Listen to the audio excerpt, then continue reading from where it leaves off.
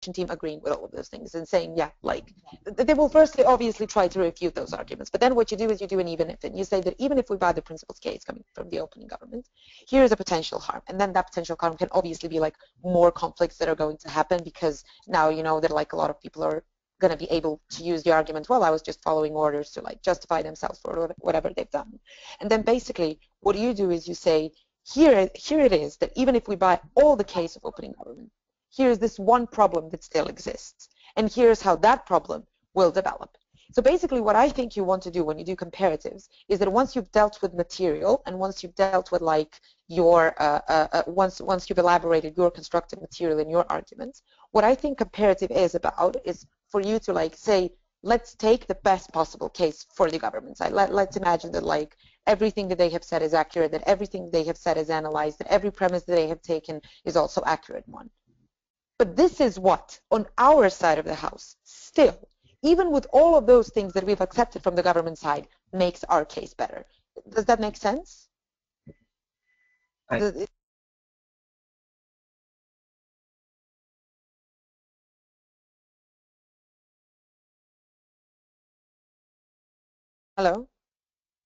Hello. Hello? There was some. Yeah.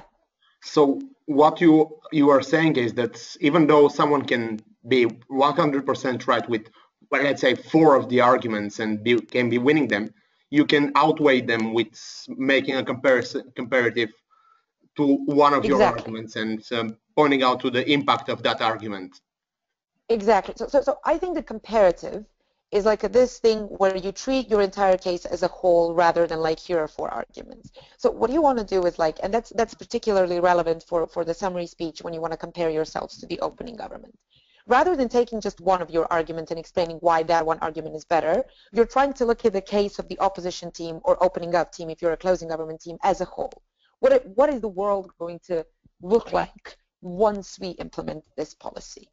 And then government is going to give you like a lot of reasons why we should do that. And then once you accept all of those reasons, and once you accept the issue of the debate, then you try and imagine what the world is going to look like.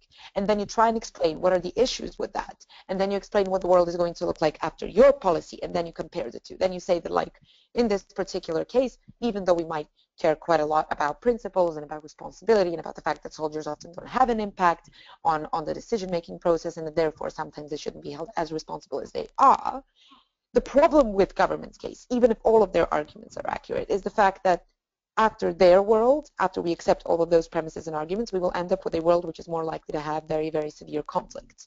Therefore, on a comparative, even though maybe in your world some justice towards soldiers is not going to be fulfilled, maybe some people that should be held less responsible are going to be held more responsible, even with that, your world is still better, because it is better to sometimes make someone a bit more responsible than they ultimately should be, rather than giving a clear incentive for more conflicts to happen. So that's why I'm saying that it's a nuanced thing.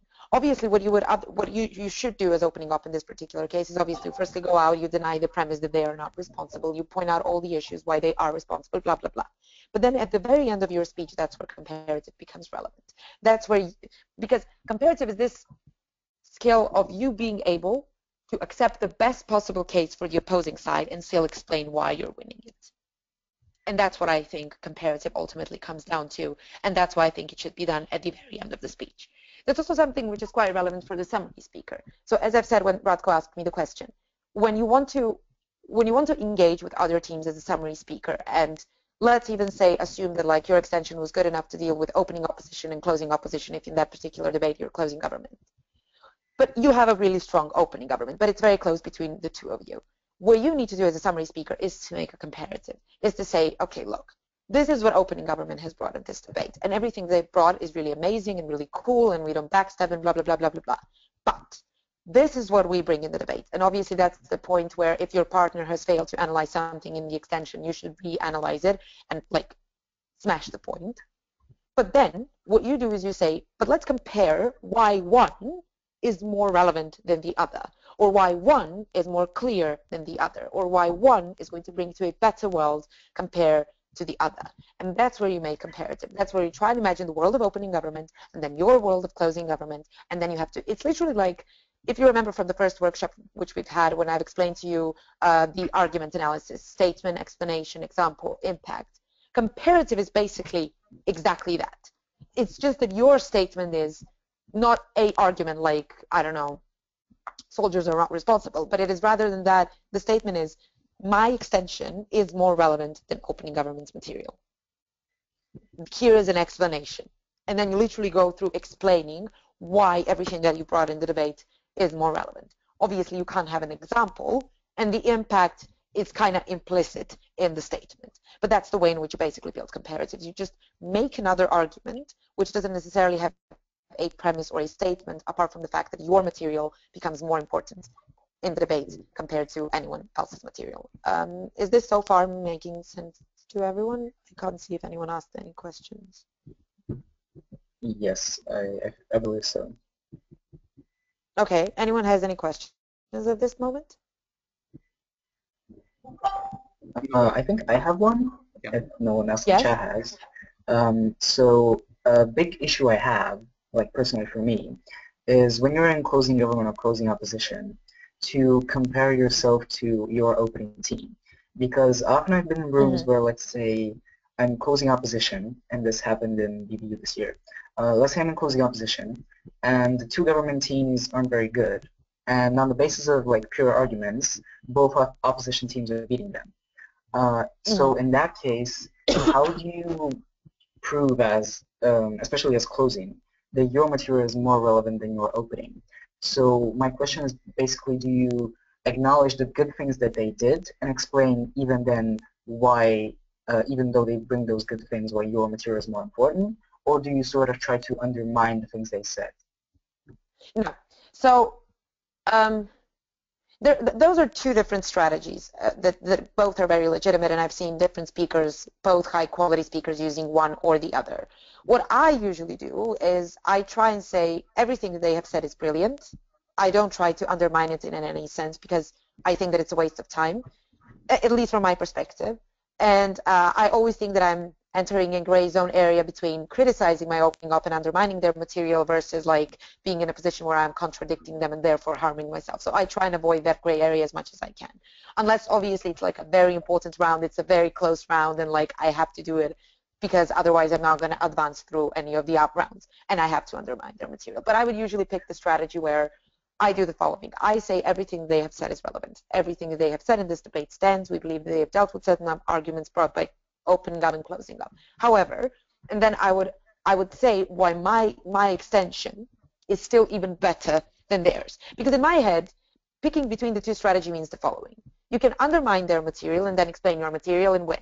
Or you can say, even with accepting everything that they have said, and even with acknowledging that everything that they have said is absolutely amazing, my material is still better than that, which to me just sounds a bit more persuasive. So for instance, we once had a debate, it was split, about banning multinational companies to do anything regarding food in third world countries. And like opening opposition team had a lot of very good, clear, straightforward arguments. And it was a very, very, very good opening up. The way in which the CEO won the debate, I think, or in some room that happened, was basically they were like, look, all the arguments that were brought by the like opening up are amazing and they're beautiful. What opening up has failed to do in this particular debate is to explain how all of those arguments that they have said and all of those statements that they have made and explained and are accurate are actually creating a long-term harm, which long-termly fucks up all of these third world countries if we were to pursue this policy. And then basically what they've done is they've said, thank you, opening up, for explaining everything in this debate, for analyzing all assertions and statements that are necessary. We're now taking those and we're now going to explain how all of those will lead to a world which is not just going to be fucked up for the next 2 months or the next 2 years, but forever. And then what the summary speaker did came out and said, look, everything brought by OO, more than accurate, more than useful. Thank you so much, guys. However, if you were to compare OO's world and CEO's world, the reason why you should end up voting for CEO is because after OO's world, you just get all the issues and all the problems that will exist with this policy. But you don't get the context. You don't get the real consequences. You don't get to what extent are these consequences going to be impactful. You don't get for how long is this policy going to be fucked up. You don't even get from all of those harms that are listed in the OO. What are the consequences problems that they're talking about. We bring that in this debate.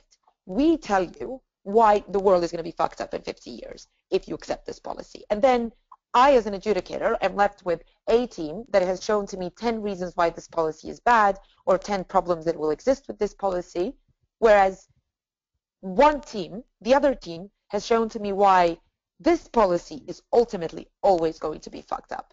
Because when you compare those two, you can have 10 problems, but that also might just mean that like we should moderate the policy in a way in which we can avoid these issues. But what the closing op team has given to me in this debate is why we can't avoid any of these issues and why these issues will create long-term consequences which are in no how worth the policy. Does that make sense? Yeah. Yeah. So some people would obviously take the strategy of trying and like undermining the material by saying, oh, I always brought this in the debate, but this is not really relevant for reasons A, B, C. This is what we bring in the debate. This is why it's relevant for the reasons A, B, C. But to me, my personal feeling on the issue is that it just takes too much of your time. Because if you want to undermine their material, you have to go through their material. Whereas if you want to like do my strategy, all you have to do is just to say that their job was great, and then you're basically just dealing with your extension material and you're just talking about your extension material. And the amount of time that you're going to spend talking about opening ops material is just the amount of time that you need to compare it, which is basically this is what we said, this is what they've said, and then again you go back to your extension and you continue explaining why what you've said is more relevant in the debate.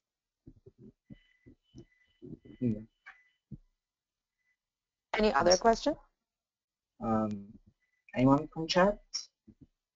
Yeah, anyone else? Come on, people, participate. I don't see No anyone one. in the chat, but let me go on ahead. So how I understand is basically you are creating a calculus comparing the worlds, comparing how the world of the different teams would work like and function like. So you are trying to explain that basically you are creating the better world with your case and Yes. with your material.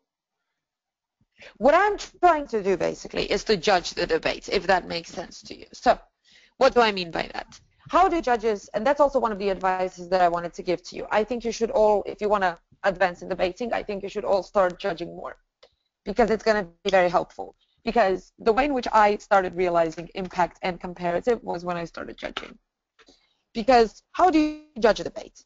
You get 4 teams, you get shitloads of arguments. If I was to go through every single argument and then through every single refutation, the adjudication would last, well, at least as equally as debate. And no one obviously has time for that. You only have 15 minutes to call the debate. So what do? You don't look at every argument. You look at arguments and contributions of teams as a whole.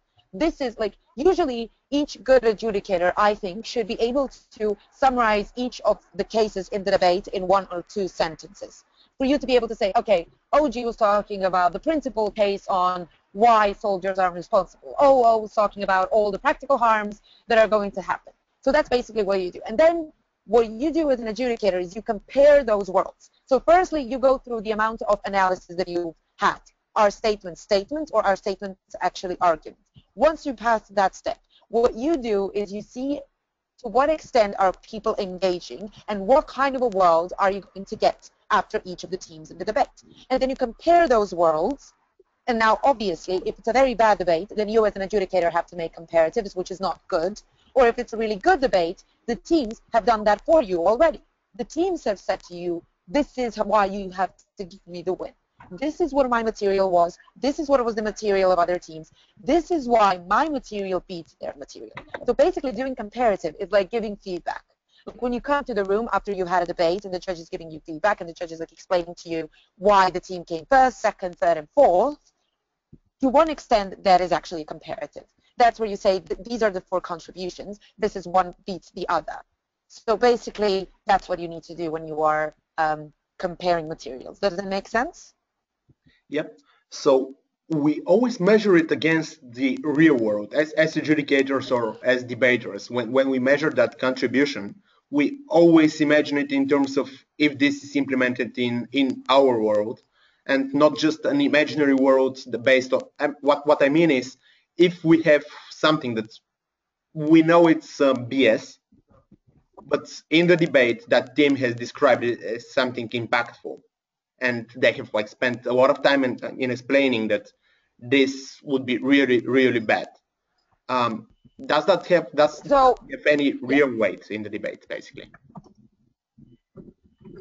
So just to see if I understood the question accurately, the question is, to what extent should you relate to the real world when you're doing comparatives or when you're adjudicating? Is that the question? Yes, yes. Okay. So I I think that there is a huge distinction between the debate land and the real world. Obviously, the team who is able to relate with the real world in the debate land is probably going to win the debate and is probably a very good debater. But especially when you adjudicate debates, you shouldn't adjudicate debates based on the knowledge of everything that happens in the real world. I would suggest that entering the debate, you should enter tabula rasa. Like, you don't know what's happening in the real world. I mean, obviously, unless someone is blatantly lying and saying that, I don't know, lives in Europe or whatever. But you should try and when you adjudicate, you should always focus on what was said in the debate. And I think that the same thing should be done also when you're speaking. So if you were to be closing up or closing off, but your OG has set the debate in some partially real world, if that debate is still debatable, then what you should do is you should try and engage with the framework that they have set in the debate, and then within that framework explain why comparatively your material wins. On the other hand, obviously, if the teams in the debate are crazy and they have said it in some world which is completely stupid, we shouldn't debate about it. There are better ways to debate this motion, particularly if we put it in the real world. If you want to do that, then again, obviously, you have to have a caveat explaining why you're doing that. And that's a very important thing to know in general. Whenever you are in a debate and you want to do something which is different than what everyone else is doing, the thing that you need to have at the very beginning of your speech, preferably the first speaker in the team, is a caveat where you explain why you're distancing yourself, why are you distancing yourself from everyone else in the debate, and at the same time, why that distinction that you are making between yourselves and other teams in the debate is a legitimate one. So if you were to say, like, we think that the framework in which OG has set this debate is not a legitimate one, this is the framework that we want to debate about, the first thing that you need to do is to explain why OG's framework is not a legitimate one. Then secondly, you have to very clearly explain what is your framework going to be, and then thirdly, you have to justify why that particular framework that you choose for this particular debate is the one that is legitimate. You get what I'm saying? Yes. I think we have a question from someone. Yeah? In chat. Yeah. So the question is, I'm quoting here. So you put emphasis on the position, not on every single argument the other team has, because as said, you don't have enough time to go through everyone. Oh, sorry, can you repeat that? You put emphasis on the position, not on every single argument the other team has. Question mark. That's the question. So do you put the emphasis on the position, and not on every single argument the other team has? Yes, because you just can't spend a lot of time dealing with every single argument that you have in the debate, because that's just going to be a lot. Presumably, each team is going to have somewhere between 3 and 5 arguments. If I was to go through every single argument, I literally wouldn't have time for any constructive material. So what is often quite useful to do in that sense, because obviously you have to deal with material, and sometimes all 5 arguments coming from OG, OO, or CO, or CG are going to be relevant. What is good to do is to try and think what is common to all of those arguments, because usually a team will have 1 or 2 basic premises which, if accepted, all of their arguments stand.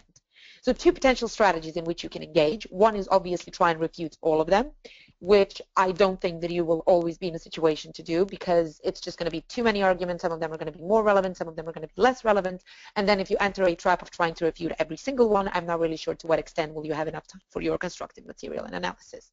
The second thing that you can try and potentially do is see what are common premises between all of those arguments, and then rather than trying to deal with every single argument individually, you can try and say, look, first 3 arguments coming from OG depend on premise A. This is why. So you have to explain why those 3 arguments actually do depend on the premise A. And then what you do is you basically say, this is why that particular premise isn't accurate. That's going to take much less time to do rather than refuting each and every argument that is related to the premise. But secondly, it's also much more efficient, because if you undermine the premises of teams, what you actually end up doing is destroying their case completely, because effectively, once you deny the premises, everything else that they have said in the debate becomes 10 times less persuasive and 10 times less relevant. That's why I said, for instance, that when you do comparatives, what you can do is try and acknowledge everything that they have said and then refute that one main thing which on comparative you still win in that debate. You get what I'm trying to say? Yes. Any other question? We don't have any from chat, so I think I have one. Yeah. So my question is, I don't know if this relates necessarily to comparative and impact, but my question is strategically, if let's say you're in a room and you're opposing government, and Yeah. you know that your opening opposition team is incredible, like you're debating against Michael and Karish, so you're not going to get the first in that room. Yeah. Okay. So you're not going to get the first in that room because that team is better than you. Okay. All the other teams in the I room. would just before you finish your question, I don't think that should ever be an idea when you enter the debate against a team like that. And I'm not kidding about this. Firstly, I know a lot of teams who were able to beat them or beat teams that are better than them, and they were much less experienced and not as good, obviously. So the good thing about the debate is that irrespective of how good you are, even though in majority of the cases you'll probably end up losing to a team like Harish Michael, you still have a clear shot of beating them for various reasons. Depends on the position, motion day, blah, blah, blah. So one of the very important things that I want to teach you is that you can't, and this is especially relevant, especially for ESL and EFL communities, because, and I know that from my personal experience, I would often lose in prep time because I would get in a room, I would see that I have three native speakers, three native teams in the room. I would suspect that they're probably much better, that language is not a barrier for them, that they have much more experience, that they were educated in the EFL debating community unlike me, blah, blah, blah. And then I would spend so much time panicking in prep time about that fact that I would not be as focused as I usually am when I enter a normal room. Secondly, entering the room with those kind of biases makes you believe that their arguments are much more persuasive than they actually are, and it might be very hard for you to sometimes identify which things you need to refute. So I want you to finish your question, obviously, but I think that it's quite important for everyone to be aware of the fact that you can beat anyone and you can lose from anyone. So you might enter a room and have a completely novice team who has never spoken before at the tournament and lose to them. Same thing can happen to Harish and Michael from a much less experienced and much less good team than they are. So now finish your question. Okay, yeah, I absolutely agree. But I've often been in a situation where, let's say I'm in a room, and let's say I know that within the confines of that room, the other team's arguments are objectively better, and it's going to be very, very hard to beat them. Okay. I also know that the other teams in the room, except those guys, are weaker than the things that we brought in the debate. So my question is it strategically better for you to try, as a whip speaker, let's say, to try to engage more and compare more your material to the material of the weaker teams in order to get a safe second? Or is it better for you to try to engage with the strongest material in the room and the best team, even though you know it's unlikely that you're going to beat them? Okay. So I think that what you need to do is, and obviously this is to a certain extent related to comparative, because you as a summary speaker actually need to make a strategical decision, who do you want to compare your material with the most. I think you can and you probably should go for both. So what I would do is I would firstly aim for the safe second, which means assuming that those two other teams are not really as good, I suspect I don't need huge amount of time to deal with their material. So I would spend the first 2 minutes of my speech explaining this is the contributions brought by OG and CG, this is the extension brought by my team CO, this is how on comparative the contribution from CO is more relevant, this is how our premises and our arguments deal with their main premises and their main arguments, the end. And effectively you're safe second. But then majority of your time you should spend engaging with the team that is the strongest in the room. The reasons are twofold. So firstly, obviously, maybe you have a clear shot of beating them. Maybe you don't expect it to happen, maybe you don't think that it can happen, but it obviously can. Secondly, I think the debate is quite a lot becoming about engagement. And if you want your material to become more persuasive, if you want your material to become more relevant, if you want to leave the room knowing that you were a relevant team in the debate and that you're definitely going to be discussed for a higher place, high ranking in that debate, you need to engage with the strongest team in the room. So strategically, you should spend more time focusing on the stronger team material. Because if you, for instance, decide just to go for safe second and just to explain how your material deals with OG and CG, you might actually end up losing to them, because what if OG's constructive arguments were not really good, but then again their engagement with the brilliant opening opposition team was amazing? People might end up with like, well, this is a top half debate because we actually have a stronger engagement between OG and OO. Because if you are like a CO in this debate, it is highly likely that OG is already out. It is highly likely that the brilliant opening opposition team has refuted a lot of material that they have brought to the table. If they are as brilliant, they probably assumed what the extension of closing government is going to be and preemptively dealt with that as well. So if you're just shooting for OG and CG in that debate, you're killing a partially dead animal at that point.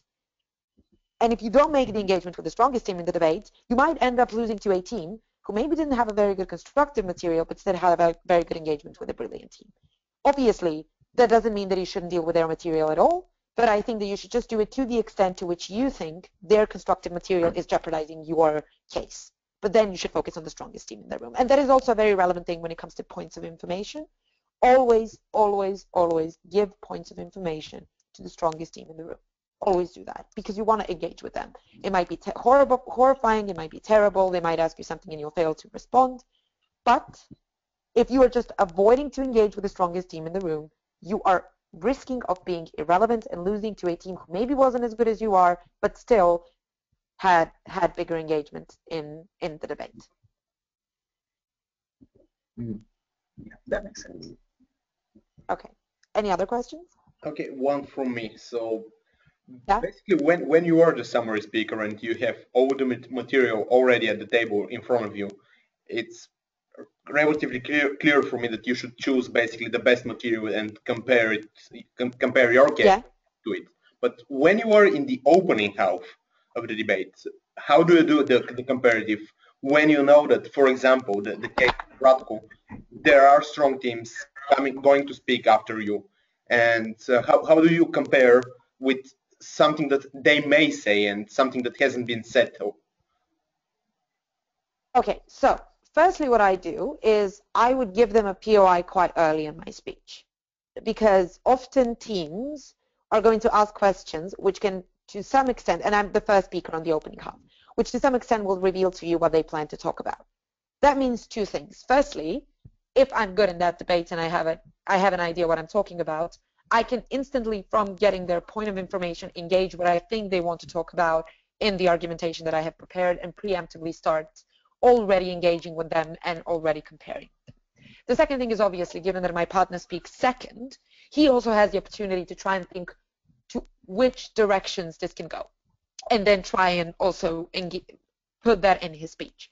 One very important thing to note is that when Stefan and I were speaking together, Stefan would always, as Deputy Prime Minister or Deputy Leader of the Opposition, go in the room with a blank paper. So effectively what Stefan would do as DPM or DLO is he would summarize opening half debate, literally. Obviously, unlike in the case of the summary speech, he's actually allowed to have new arguments. So if he comes up with something where I don't have enough time to say everything that we came up with in the prep time, he's going to do that as well. But effectively 50% of his speech, at least 50% of his speech, is going to be summary speech, comparing stuff, analyzing stuff. So that's the first thing that I would do. The second thing that I would do is, obviously, you try and you assume what they might talk about. You try and you assume that. And then you say, sometimes you can even do that. Those are like the tricks that I sometimes use. If I assume that CG is going to talk about something and I'm OO, but it is quite relevant for me to already start engaging with CG, what I do say is, like, we assume that the extension of that speaker is going to be, then I say what I assume the extension is going to be, and then I already engage with it, because that sometimes triggers people into asking you a POI and either affirming to you that's what their extension is going to be, or denying that that's what their extension is going to be. So you still get some extra time where your partner as a second speech can engage with that material, or you can get a clearer shot of what their extension is actually going to be about. The third thing that you do is, on the opening half, rather than focusing on comparative as much as you do in the summary speech in particular, I try and focus on impact a bit more. Because what do I mean by impact? We actually haven't got to that. So if you remember the first workshop where I've explained to you that we would like have sexy analysis, statement, explanation, example, impact. And I've told you that statement and, well, explanation and example are basically explaining why is your argument accurate. The impact responds to a question, why is your argument relevant? Because the importance about impact is that you might go to the debate, you might get all relevant statements, you might be brilliant at analyzing all of your statements and have shitloads of examples which confirm that both your statement and the logic behind it is accurate, and you still might get the fourth. Because when you do all of that, when you come out and you tell me this is our argument, this is how our argument works, these are all examples that confirm it, the question that I still have in my head is, why should I care about this? Why is this relevant? Yeah, okay, fine. Everything that you're saying is accurate, but why should I give a flying fuck about it, right? So that's the impact. And that's the thing I believe is quite relevant when it comes to the opening half stuff. Because when you are the summary, you do comparative with real stuff. You say, here are 4 cases. Here's how our case comparing to all of those wins. When you're in the opening half, you don't have a really clear picture on what's going to happen on the second half of the debate. So the best thing that you can do is explain to me why, irrespective of everything that might be said by the end of this debate, what you have said to me is so relevant and so impactful that I can't even accept anything else. So you're effectively comparing your case with any possible alternate scenario, and you're explaining to me why that thing is relevant and why that thing is impactful. So, like, rather than comparing your material with something which has been said in the debate, you're comparing your material with everything that might be said in the debate, or you're not even comparing it at all in a very clear sense, like comparing to every single possible counterfactual. But rather than that, what you do is you say, this is why everything that I have said is super relevant. And then when you leave the debate, I have a response coming directly from you why everything that you're saying is very, very, very, very important and why I should care about it. And that's some sort of an implicit comparative, because you obviously don't have things to compare. At least what you can do is explain to me why I should always care about arguments that you have brought into debate, why are they always relevant, and that's effectively some sort of implicit comparative, because your arguments are so relevant that irrespective of what anyone else can bring in the debate, I comparatively should care about what you brought in the debate more. Does that clear? Make this clear? Yep. Is that clear? I did pick up something interesting in what you mentioned. You mentioned that Yeah. when Stefan is second speaker in the opening half, he comes up with a blank sheet of paper. That means that basically that you are making all the arguments that you have prepared in the you are giving them in the opening speech. Yes. Basically, a school of thought that we have here is that the second speaker in the opening half should bring up new arguments as well. And obviously you are not doing that per se. He is more working on the impact. Or okay, so I don't know if I have said that to you or I didn't, but Stefan and I, we don't really debate by rules, if you know what I mean. Like, we really don't follow rules that much, because we've been lucky to debate with each other for 4 years now, 3.5 actually, and therefore we were able to like realize what is the best for us, what works for us. Okay, so the reason why we do why we choose to do this is, firstly, I saw a lot of high quality native teams implementing that strategy. And then we decided to test it. And it turns out that it's very successful. The reason for that is the following. Firstly, you go full deck. You go, here are all my cards on the table the minute you start the debate, which means you instantly become relevant. When I come out as a prime minister and I have 5 arguments, everyone wants to engage with me. Everyone wants to attack me, which means I'm already, to a certain extent, securing that I have a relevant position in the debate from the very beginning, because you don't have a lot of time. You only have 14 minutes. The earlier you become relevant, the better. So that's the first thing. The second thing is that if I come out with 5 arguments, the leader of the opposition has a shitload of refutation to do. And they will have to strategically pick which arguments are they going to refute and which one they won't. Which means that Stefan, firstly, has the opportunity to make clear-cut engagement, clear-cut clash point from the very beginning based on the arguments that they've decided to refute. Secondly, he can empower them right now and respond to the responses that we've got. Thirdly, he gets to reanalyze maybe some points that leader of the opposition hasn't dealt with during my time. And fourthly, almost always, some of the arguments will remain unresponded by the opening up. Because what's going to happen is Stefan is going to come out, respond to responses, respond to constructive material, empower all the arguments that I have brought, do the comparative why we're better than opening up, do an impact explaining why everything that we have said is the most relevant thing in the debate, irrespective of what's going to happen afterwards on closing up and closing up, which means that you get a full case.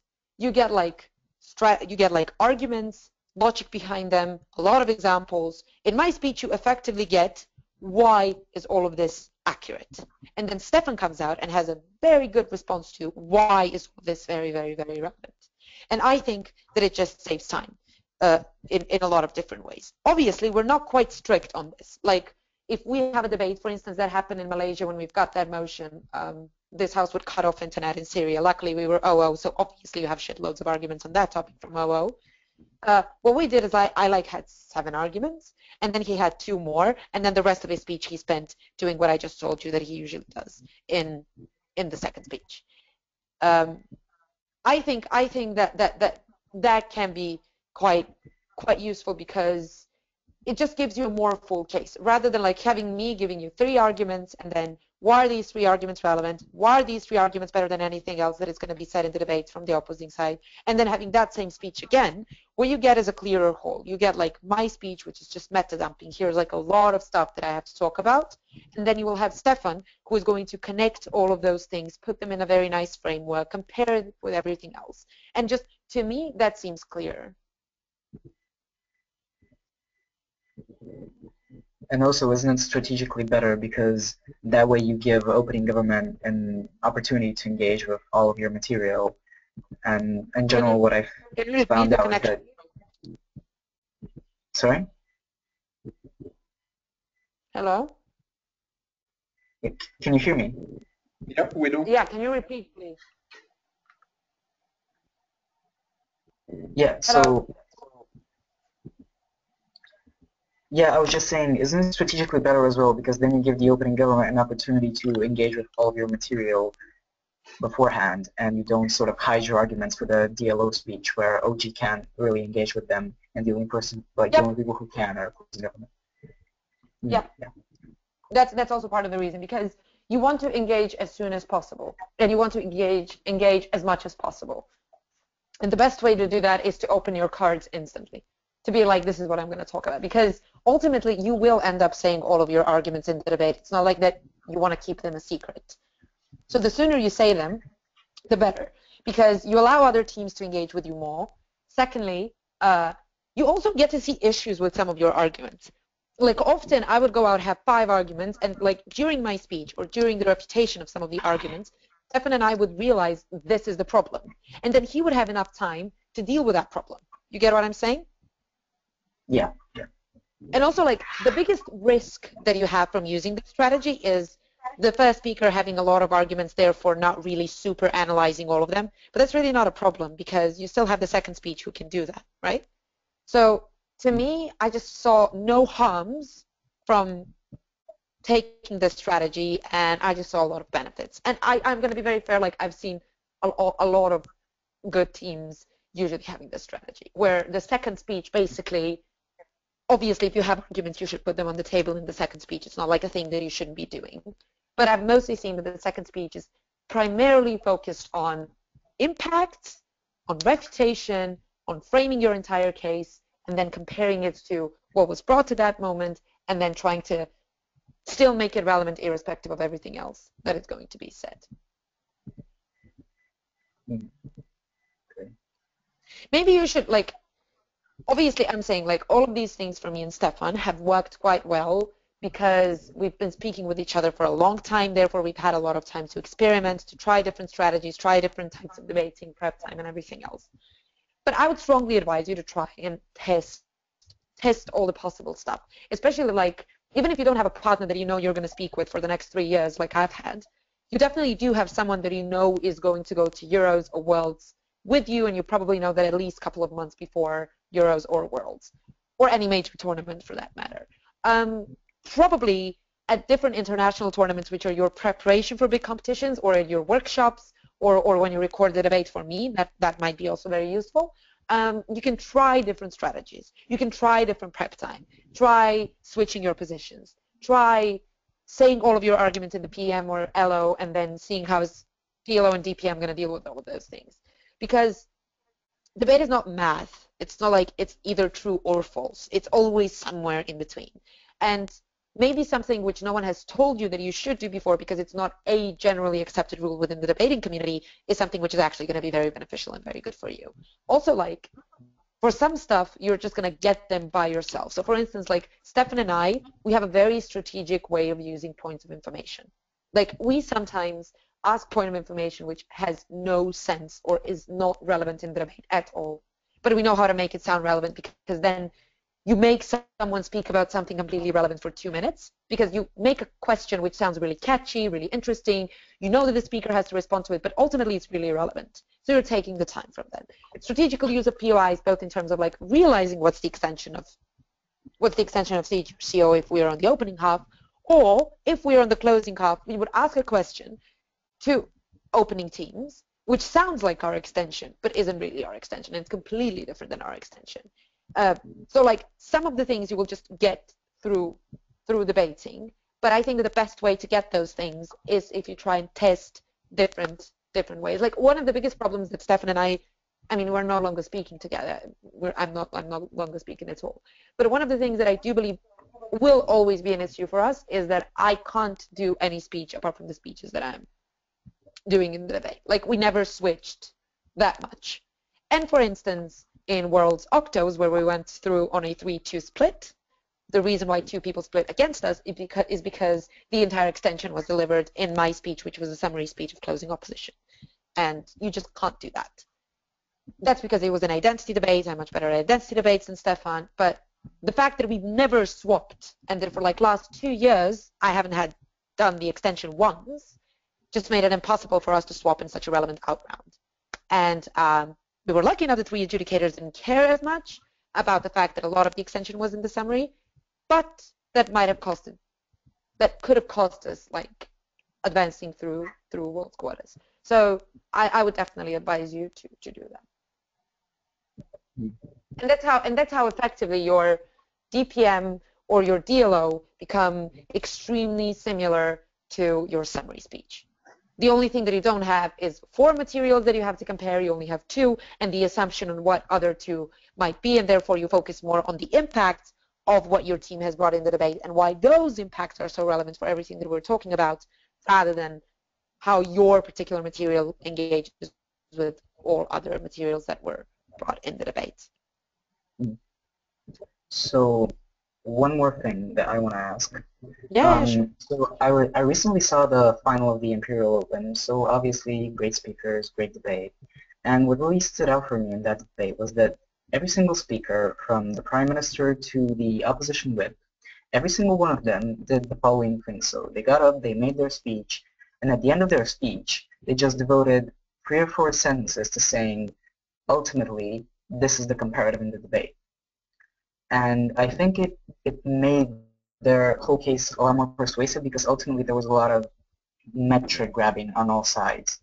And I think ultimately the team that won the debate was the one that was able to establish what the actual comparative in the debate was the best. So not necessarily the team that made the best arguments, but the team that said, this is actually what the debate is about. So do you think it's helpful to leave like 3 or 4 sentences at the end of your speech, like 30 seconds, just to say, ultimately, this is what this comes down to? Yes. I mean, just one moment. Hello? Yeah. Hello? Yeah. So ultimately, it's like comparative is basically like clash points, right? It's basically like, here are 2 most important things, and this is why those 2 things are the most important things, and this is why on comparative, whatever I brought in the debate responds to these clashes and these potential issues the best. And that's what I told you, that like the more you advance through to good rooms, the more you'll debate about better teams, you will realize that people will agree upon vast majority of issues and end up debating about 1% they differentiate about, and end up trying to establish based on which comparative do they win and why that particular comparative is good. So, for instance, we once had a debate in Belgrade. It was that media should be owned by journalists, that like journalists should be owners of media houses. We were opening up. Our case was basically that there are a lot of problems with media. They're owned by 5% of billionaires in the world. They're not objective. They try and push for conservative right-wing policies much more because they're owned by people who want those policies to be pursued, blah, blah, blah. And then the opening up team came out, completely agreed with us on everything, that there is a problem with the media, that there is a problem with the fact that rich billionaires are owning them, that there is a problem with the fact that they're pushing for media to empower different right-wing conservative policies, blah, blah, blah. But then they've started pointing out the problem is that even if you have journalists owning the media, they will easily be corrupted, and it will be very easy for you to bribe them, and then ultimately you're going to end up having billionaires bribing journalists who own media, blah, blah, blah. So what we did in that debate, and that's comparative, and that's obviously a good example because it's an opening half comparison. We came out and we said, look, we agree with everything that you've said. Probably a lot of journalists are not really rich. Probably a lot of journalists are easily going to be bribed. However, we went on a comparative. Why? Because firstly, if you have 150 journalists owning media, at least one of them is going to be an altruist. At least one of them, irrespective of their financial status, is not going to be willing to publish news just because they're going to get bribed for it, just because they're going to get money for it. Secondly, the fact that there is 150 of them means that you can solve the collective action problem, because now they know that it's up to them to decide what's going to be published and what's not going to be published. So they're going to push each other not to be bribed, because they will be aware of the fact that if not all of them agree upon something, they can't publish the news. So even if in some cases, and that's what we've done, we've acknowledged that in some cases, yes, the media is going to be owned by 5 people. All of those 5 people are going to be very easy to be bribed. Therefore, some media will still continue to push for right-wing conservative policies. But at least in one case, at least in one media house, you will not have a consensus on being bribed.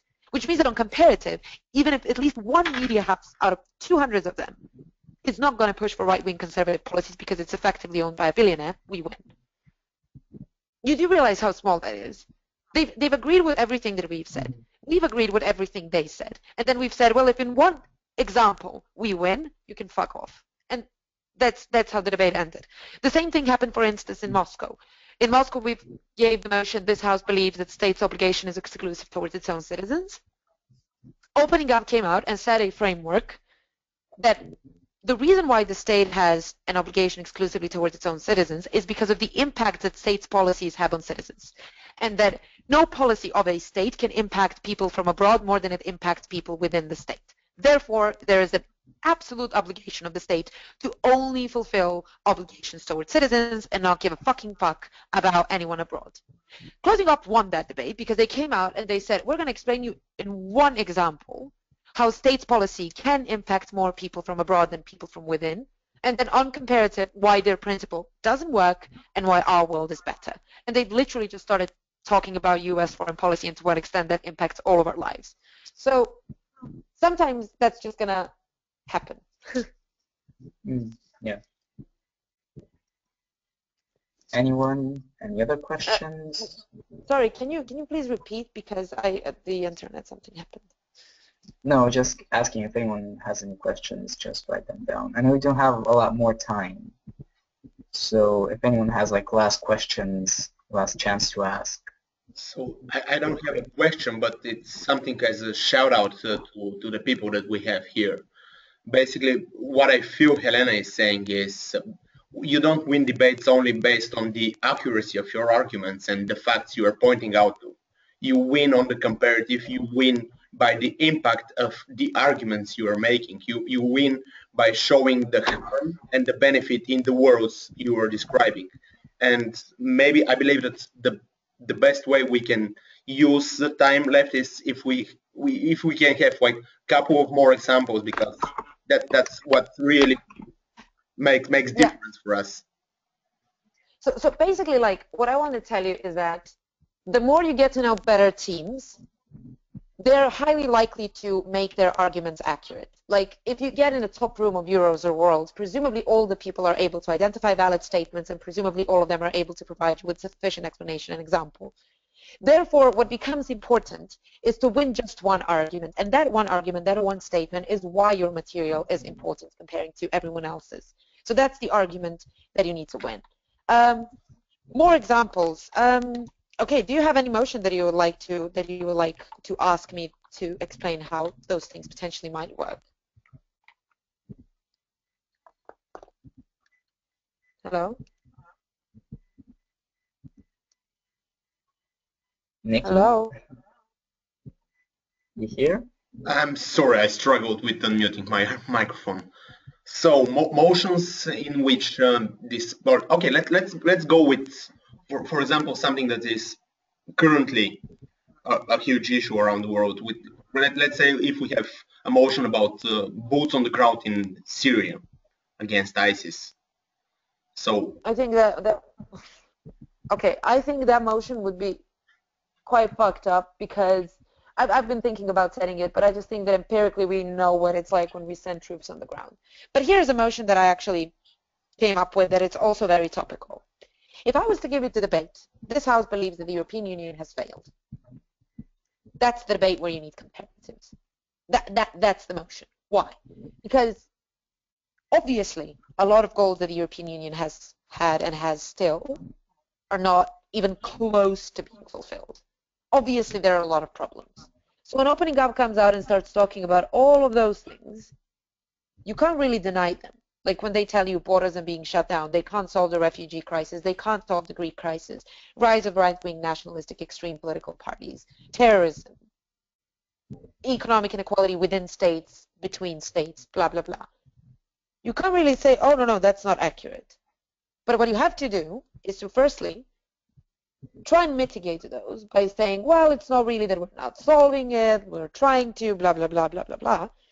That's going to be a less relevant point because ultimately what you're going to end up doing is saying, look, European Union might not be a beautiful, perfect institution that works absolutely fine, but here are the principles of the European Union. Here's how European Union was successful at maintaining some of those principles. For instance, we didn't have a war for 50 or 70 years or something like that.